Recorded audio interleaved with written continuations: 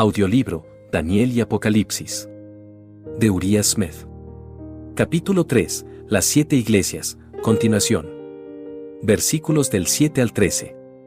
7. Y al ángel de la iglesia en Filadelfia escribe: estas cosas dice el que es santo, el que es verdadero, el que tiene la llave de David, el que abre, y ningún hombre cierra, y cierra y ningún hombre abre.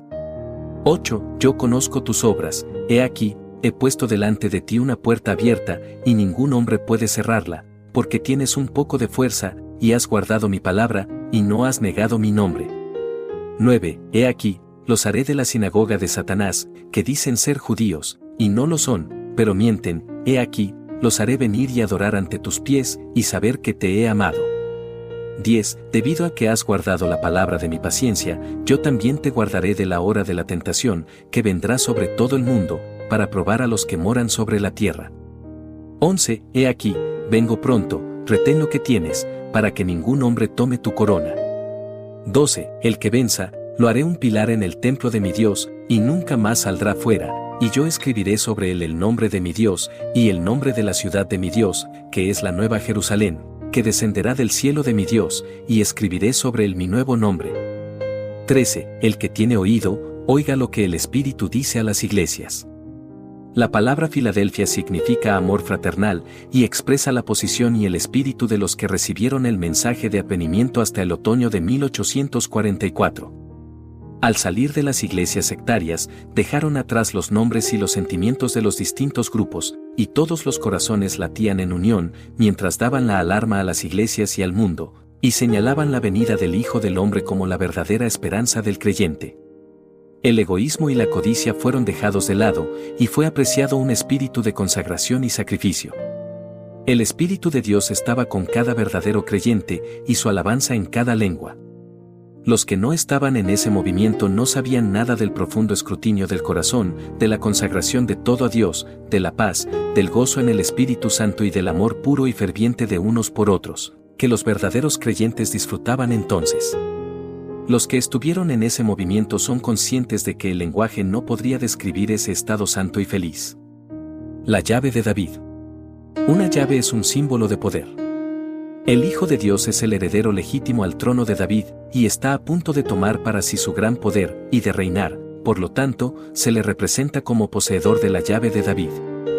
El trono de David, o de Cristo, en el que él va a reinar, está incluido en la capital de su reino, la Nueva Jerusalén, ahora en lo alto, pero que va a estar situada en esta tierra, donde él va a reinar por los siglos de los siglos. Apocalipsis 21 versículos 1 al 5, Lucas 1 versículos 32 y 33. El que abre, y ningún hombre cierra, etc.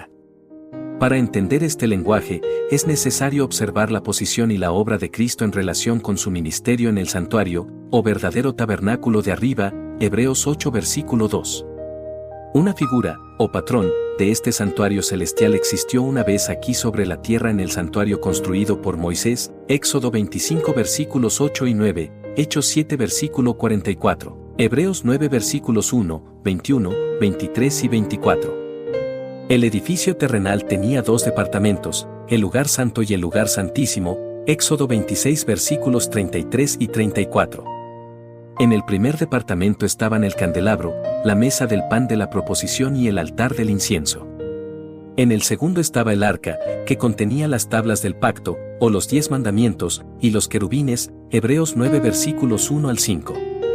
De la misma manera, el santuario en el que Cristo ministra en el cielo tiene 2 departamentos, Hebreos 9 versículo 24. Véanse también los versículos 8 y 12 y el capítulo 10 versículo 19, en cada uno de los cuales los textos de las palabras traducidas como lugar santísimo y santo son plurales en el original, y deberían ser traducidas como lugares santos. Y como todas las cosas fueron hechas según su modelo, el santuario celestial tiene también un mobiliario similar al del terrenal. Para el antitipo del candelabro de oro y el altar del incienso, en el primer departamento, véase Apocalipsis 4 versículo 5, 8 versículo 3, y para el antitipo del arca del pacto, con sus 10 mandamientos, véase Apocalipsis 11 versículo 19. En el santuario terrenal los sacerdotes ministraban, Éxodo 28 versículo 41, 43, Hebreos 9 versículo 6, 7, Hebreos 13 versículo 11, etc. El ministerio de estos sacerdotes era una sombra del ministerio de Cristo en el santuario del cielo, Hebreos 8 versículos 4 y 5. En el tabernáculo terrenal se realizaba una ronda completa de servicio una vez al año, Hebreos 9 versículo 7. Pero en el tabernáculo de arriba el servicio se realiza de una vez por todas, Hebreos 7 versículo 27, Hebreos 9 versículo 12. Al terminar el servicio típico anual, el sumo sacerdote entraba en el segundo departamento, el lugar santísimo del santuario, para hacer una expiación, y esta obra se llama la purificación del santuario. Levítico 16 versículos 20, 30 y 33, Ezequiel 45 versículo 18. Cuando comenzó el ministerio en el lugar santísimo, cesó el del lugar santo, y no se realizó ningún servicio allí mientras el sacerdote estuviera ocupado en el lugar santísimo, Levítico 16 versículo 17. Una apertura y cierre similares, o un cambio de servicio, debe ser realizado por Cristo cuando llegue el momento de la purificación del santuario celestial. Y el tiempo se cumplió para que este servicio comenzara al final de los 2300 días, en 1844. A este acontecimiento pueden aplicarse apropiadamente la apertura y el cierre mencionados en el texto que estamos considerando, siendo la apertura el comienzo de su servicio en el lugar santísimo, y el cierre, su cese en el primer departamento, o lugar santo, véase la exposición del tema del santuario y su purificación, en Daniel 8 versículo 14. El versículo 9 se aplica probablemente a los que no siguen el ritmo del avance de la luz de la verdad y se oponen a los que sí lo hacen. A los tales se les hará sentir y confesar que Dios ama a los que, sin rechazar los cumplimientos pasados de su palabra, sin estereotiparse en un credo, siguen avanzando en el conocimiento de su verdad. La palabra de mi paciencia. Dice Juan, en Apocalipsis 14 versículo 12, aquí está la paciencia de los santos, aquí están los que guardan los mandamientos de Dios, y la fe de Jesús. Aquellos que ahora viven en la obediencia paciente y fiel a los mandamientos de Dios y a la fe de Jesús, serán guardados en la hora de la tentación y del peligro que tenemos delante, véase el capítulo 13, versículos 13 al 17. He aquí, vengo pronto. La segunda venida de Cristo es traída aquí de nuevo a la vista, y con un énfasis más sorprendente que en cualquiera de los mensajes anteriores. La proximidad de ese acontecimiento se recalca aquí a la atención de los creyentes. El mensaje se aplica a un periodo en que ese gran acontecimiento es inminente, y en esto tenemos la evidencia más indudable de la naturaleza profética de estos mensajes. Lo que se dice de las tres primeras iglesias no contiene ninguna alusión a la segunda venida de Cristo, por el hecho de que no cubren un periodo durante el cual ese evento podría esperarse bíblicamente. Pero llegamos a la iglesia de Tiatira, más allá de la cual solo aparecen tres etapas comparativamente breves de la iglesia antes del fin, y, como si entonces hubiera llegado el momento en que esta gran esperanza estaba empezando a amanecer sobre la iglesia, la mente es llevada hacia ella por una sola alusión: manténganse firmes hasta que yo venga.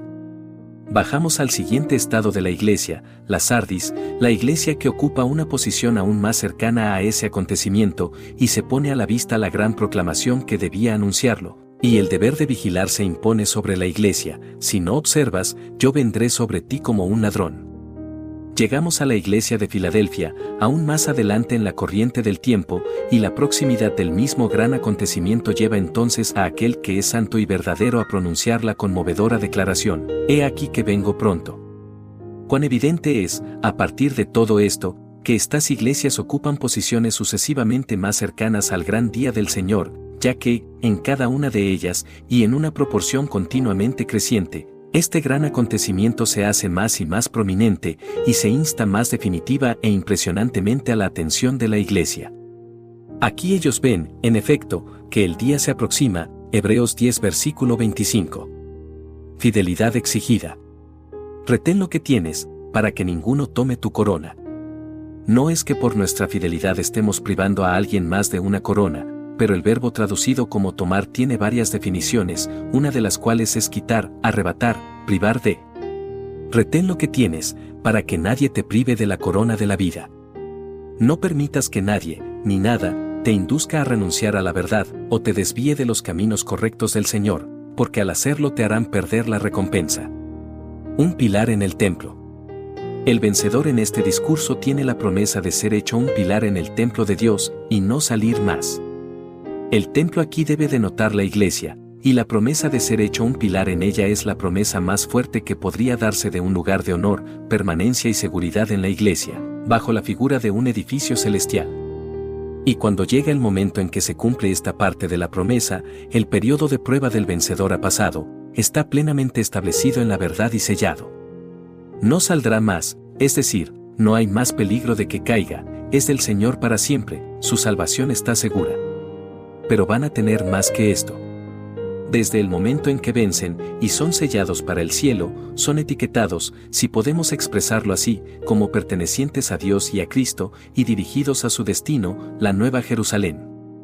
Deben llevar escrito el nombre de Dios, de quien son propiedad, el nombre de la Nueva Jerusalén, a donde se dirigen, no la antigua Jerusalén, donde algunos buscan vanamente y llevan el nuevo nombre de Cristo, por cuya autoridad han de recibir la vida eterna y entrar en el reino.